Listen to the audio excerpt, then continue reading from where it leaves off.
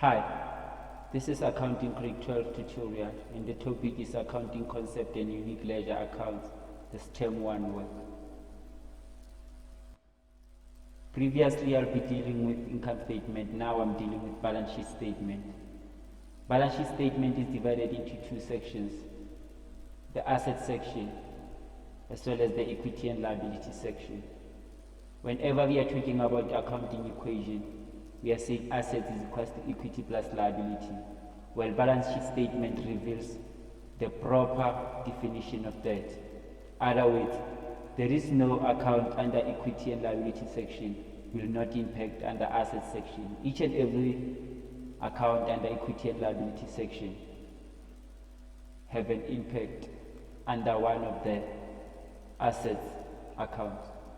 That's what assets equals to equity plus liability means. Let me first explain the asset section. When talking about the asset or an asset, we are talking about the resource controlled by an entity with the purpose of receiving future benefits. Under the asset section, we have a current asset and non-current asset. Let me first explain the non-current asset. We're talking about a non-current asset, we are talking about long-term resources of the business. Under non-current asset, we have fixed assets. In talking about fixed asset, we are talking about property and plant of the business, such as vehicle equipment, as well as land and building. Another account under non-current asset is financial assets. We are talking about long-term investment the business did externally. The same under assets, we have the current assets. We're talking about the current assets. We're talking about short-term resources of the business, such as inventory, as mentioned under current asset. When talking about an inventory, we are talking about trading stock or stock the business sells. Another account under current asset is trade and other receivables. Talking about trade and other receivables, we are talking about debtors, prepaid expenses, accrued income, and debit SARS income tax. Another account under current assets, we are talking about cash and cash equivalent. This is bank account of the business. Addition of both non-current asset as well as current asset, it gives you total asset. Done. Let's talk about the equities and liability section as one of the section under balance sheet statement. When talking about equity, we are talking about residual interest of the business after deducting shareholders' distributions. And when talking about liabilities, we are talking about obligations, both short-term and long-term obligations. Under equity and liabilities, we have capital and reserve. When talking about capital and reserves, we are talking about investors' cash of buying shares and the remaining amount after investors' distribution has been deducted. Under capital and reserves, we have ordinary shares capital. We are talking about investors' cash of purchasing shares in the business. Another account under capital and reserves is retained earnings. We're talking about profit remaining after deducting investors' distributions. Another main account under equity and liabilities is non-current liabilities. When talking about non-current liabilities, we are talking about long-term obligations of the business.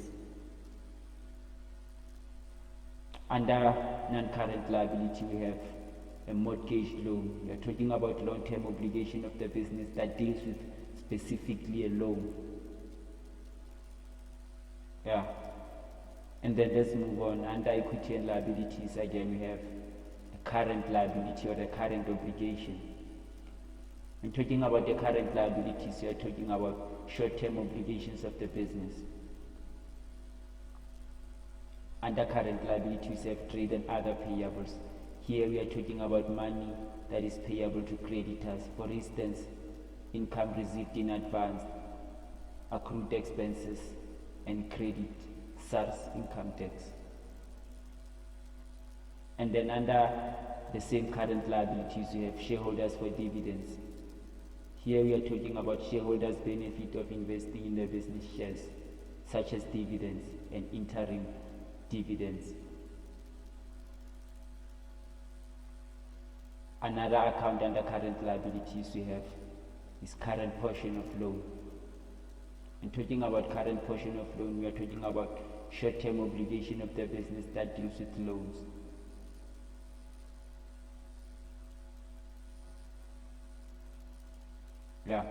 When adding capital and reserves, non-current liabilities as well as current liabilities, they give you total equities and liabilities. Good. Let us now look at the accounting equation. I already dealt with income and expenses, whereby I'll be telling you that expenses rises on the debit side and falls on the credit side. And once expenses falls, they automatically turns into income. Whereas income rises on a credit side and falls on a debit side. Once income falls, turns into expenses. The case is not the same as when you do an asset. Assets rise on a debit side and falls on a credit side. And there is nothing that turns into other things. Equities and liabilities, they both rises on a credit side and falls on a debit side. This is vice versa the asset section, whereas income and expenses are treated differently. Right. Let's make an example. First example says that 1.1 customer buys 5,000 trading stock on credit. Once a customer buys on credit, debtors or trade and other receivable rises. Amount of trade and other receivable rises. Whereas a trading stock and its amount of money falls when a customer buys trading stock on credit. Both trade and other receivables as well as inventory or trading stock, they are assets. Other words, they both rises on debit side and fall on credit side. Here we have inventory that falls because inventory has been bought on credit. It falls on credit side by trade and other receivables of 5,000, whereas trade and other receivables or debtors amount increases by 5,000 of purchasing inventory. This is accounting equation, a double entry principle. That's what I say when I say that assets rises on the debit side and fall on credit side. Let us see. We have inventory under current assets. We have trade and other receivables under current assets. Both of these accounts, you have to be convinced they are both assets.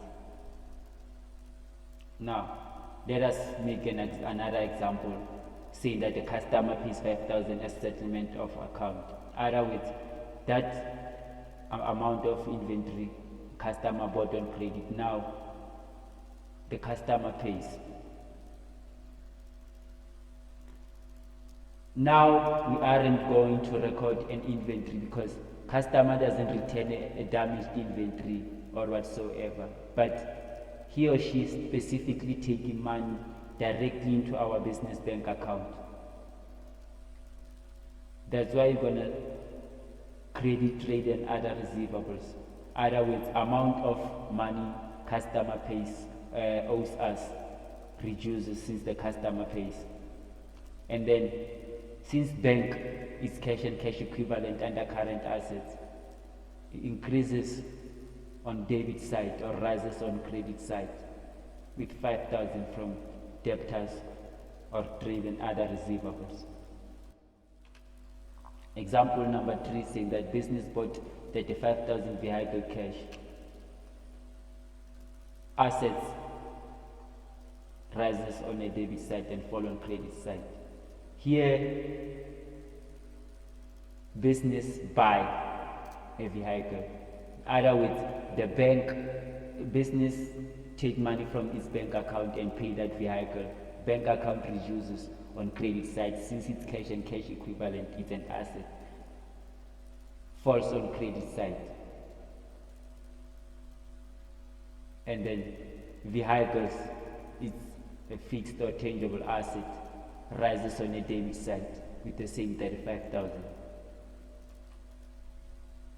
We have cash and cash equivalent, that is bank, under current assets. We have non-current assets, that is fixed assets. I made an example of vehicle. Both of these are assets. They rise on debit side and fall on credit side.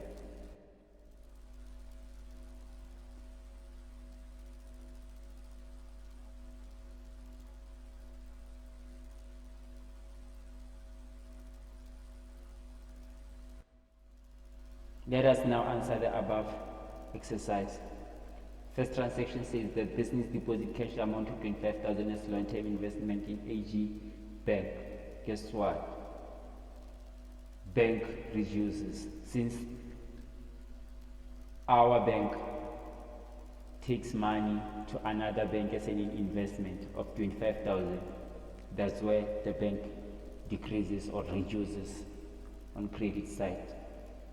And then AG Bank, or the investment amount, increases by 25,000. This is a fixed deposit. It's a long-term asset. Second example says customer pays an amount of 7,000 as settlement of her account. Since the customer pays an amount, it goes straight to our bank account on a debit side from trade and receivables, or trade and other receivables, you can call them debtors. And then amount that debtors owe us, since it's an asset and bank is also an asset, reduces on credit side to the bank by 7,000. I hope it's clear.